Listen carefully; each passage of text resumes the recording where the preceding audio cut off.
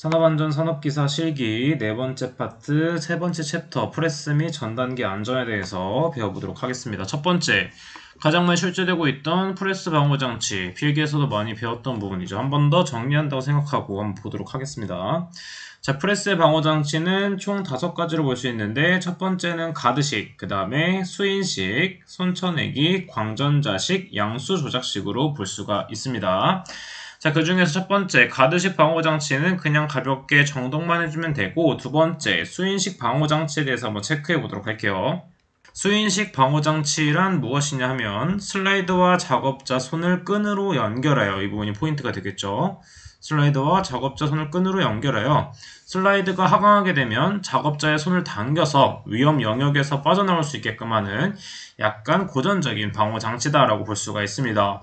자, 그래서 일반적으로 수인식 방호 장치의 설치 방법으로는 일단 5번에 확동식 클러치를 갖는 크랭크 프레스기에 적합하다고 했습니다. 자, 이때 크랭크 프레스기 그리고 일반적으로 완전 회전식 클러치 프레스에 적합하다 정도 봐주시면 되겠고, 그 다음에 매 분당 행정수가 100이라고 나와 있는데 뒤에 단위가 뭐가 붙냐면 SPM이 붙습니다.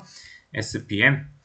그 다음에 행정 길이는 50mm 이상으로 나와 있다. 자, 지금은 KOSHA 기준으로 봤을 때 적용되는 것이기 때문에 이것도 틀린 것이 아니라 맞는 것이므로 같이 한번 정리해서 암기를 해주시면 되겠습니다. 자, 그 다음 세 번째는 손쳐내기 방호장치에 대해서 보도록 할게요. 손쳐내기 방호장치란 무엇이냐면 슬라이드의 작동에 연동시켜서 위험 상태로 되기 전에 손을 위험 영역에서 밀어내거나 쳐내는 방호장치라고 볼 수 있겠고, 일반적으로 손쳐내기식 방호장치 설치 방법에서는 2번 방호판의 폭은 금형 크기의 2분의 1 이상으로 해줘야 되고, 일반적으로 최소폭 기준으로 보았을 때는 120mm가 되어야 되겠습니다. 자, 그 다음에 마지막에 있는 부분 마찬가지로 매 분당 행정수가 100 SPM 이하가 되어야 되고 행정 길이는 40mm 이상이 되어야 된다 체크하고 넘어가 주시면 되겠습니다.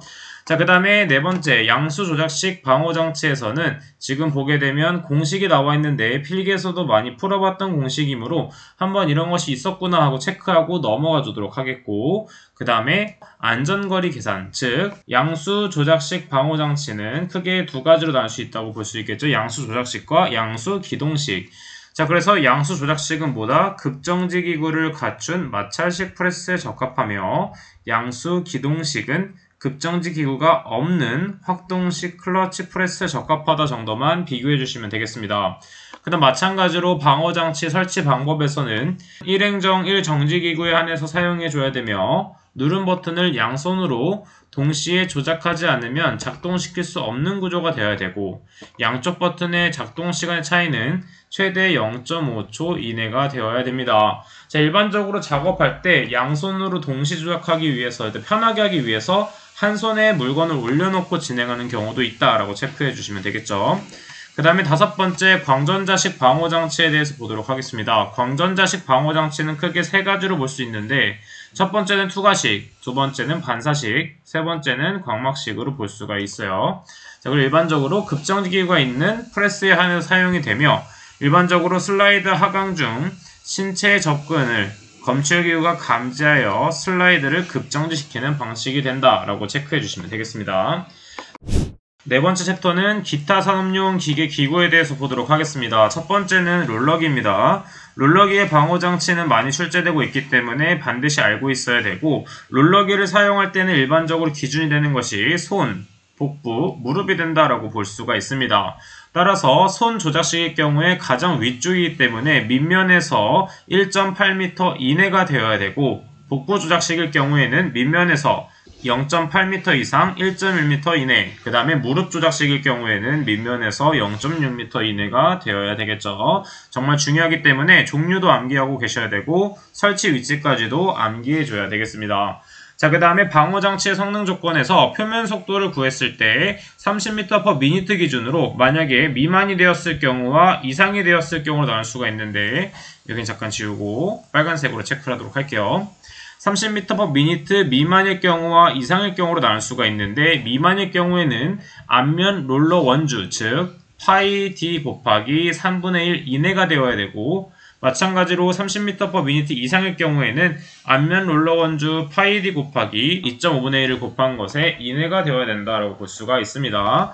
자, 표면 속도 공식은 우리가 앞에서 한번 배웠는데 한 번 더 정리를 해보도록 하면 속도 V는 어떻게 구했죠? 파이 d n으로 구했습니다. 근데 만약에 지름의 단위가 밀리미터로 주어졌는데 속도의 단위를 미터/미니트로 구하고 싶으면 뭘 한다? 곱하기 1000분의 1을 해준 공식을 사용해서 풀어냈었습니다. 반드시 기억하셔야 됩니다.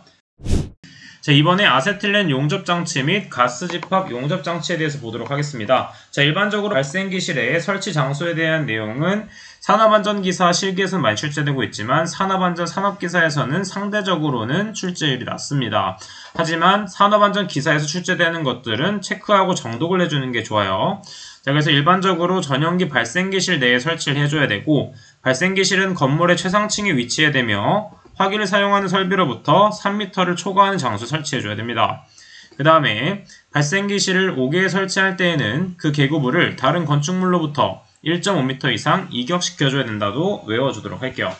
그 다음에 발생기실 구조로서는 벽은 불연성 재료로 하고 철근 콘크리트, 기타 이외의 이상 동등한 강도를 가진 구조로 해줘야 되겠습니다. 그 다음 세 번째, 바닥 면적의 16분의 1 이상의 단면적을 가진 배기통을 옥상으로 돌출시키고 그 다음에 출입구로부터 1.5m 이상 떨어지게 해줘야 되겠죠. 그 다음에 네 번째, 출입구의 문은 불연성 재료로 해주고 두께는 1.5mm 이상의 철판이나 그 이상의 강도를 가진 구조로 해줘야 된다. 밑줄 친 부분은 반드시 외워줘야 되는 부분이 되겠습니다.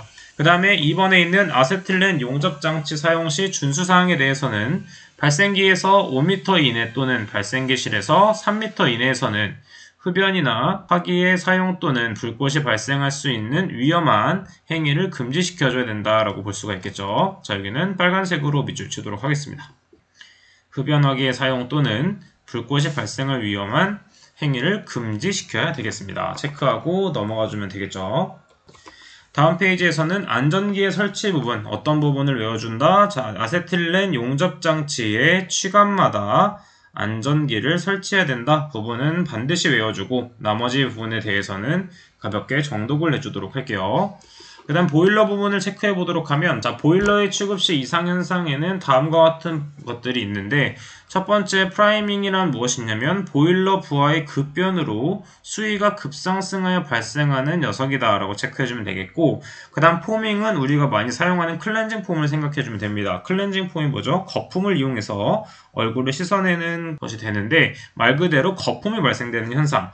근데 어떤 것 때문에 발생이 된다? 유지분이나 부유물 등에 의해서 수면부에 거품이 발생되는 현상이 포밍 현상. 그 다음에 캐리오버 현상은 무엇이다? 보일러수 속에 용해 고형물이나 현탁 고형물이 증기에 섞여서 보일러 밖으로 튀어나가는 현상이 캐리오버 현상이 되겠습니다. 그 다음에 수격작용은 워터 해머이기 때문에 물 망치작용 이렇게 생각해주면 되는데, 증기관 내에서 증기를 보내기 시작할 때 관내 유속이 급격하게 변하게 되면 압력 차이에 의해서 해머로 치는 듯한 소리를 내면서 관이 손상 및 진동이 발생하는 현상이 수격작용, 워터 해머 현상이 된다라고 체크해주면 되겠고, 우측에 있는 참고 부분에 대해서는 가볍게 정독을 해주시면 되겠습니다. 자, 보일러의 안전장치 종류에 대해서는 그냥 가볍게 체크해주면 되는데, 우측에 있는 특성 부분은 정독을 해주도록 하고 좌측에 있는 종류에 대해서는 암기를 해주도록 하겠습니다. 따라서 첫 번째 고저수위 조절장치, 그 다음에 압력 방출장치, 압력 제한 스위치, 화형 검출기가 있다는 반드시 암기해 주도록 할게요. 그 다음에 마지막으로 아래쪽에 있는 산업용 로봇의 방어장치에서 방책에 대한 부분 밑줄 치고 정리하도록 하겠습니다. 방책 부분에서 어딜 외운다? 높이 1.8m 이상의 울타리를 설치 밑줄, 그 다음에 안전매트 또는 광전자식 방어장치 밑줄 쳐서 빈칸 넣기를 대비해서 암기를 해주시면 되겠습니다. 자, 그러면 네 번째 파트의 세 번째, 네 번째 챕터는 여기까지 하도록 하겠습니다. 저는 그럼 다음 시간에 찾아뵙도록 할게요. 감사합니다.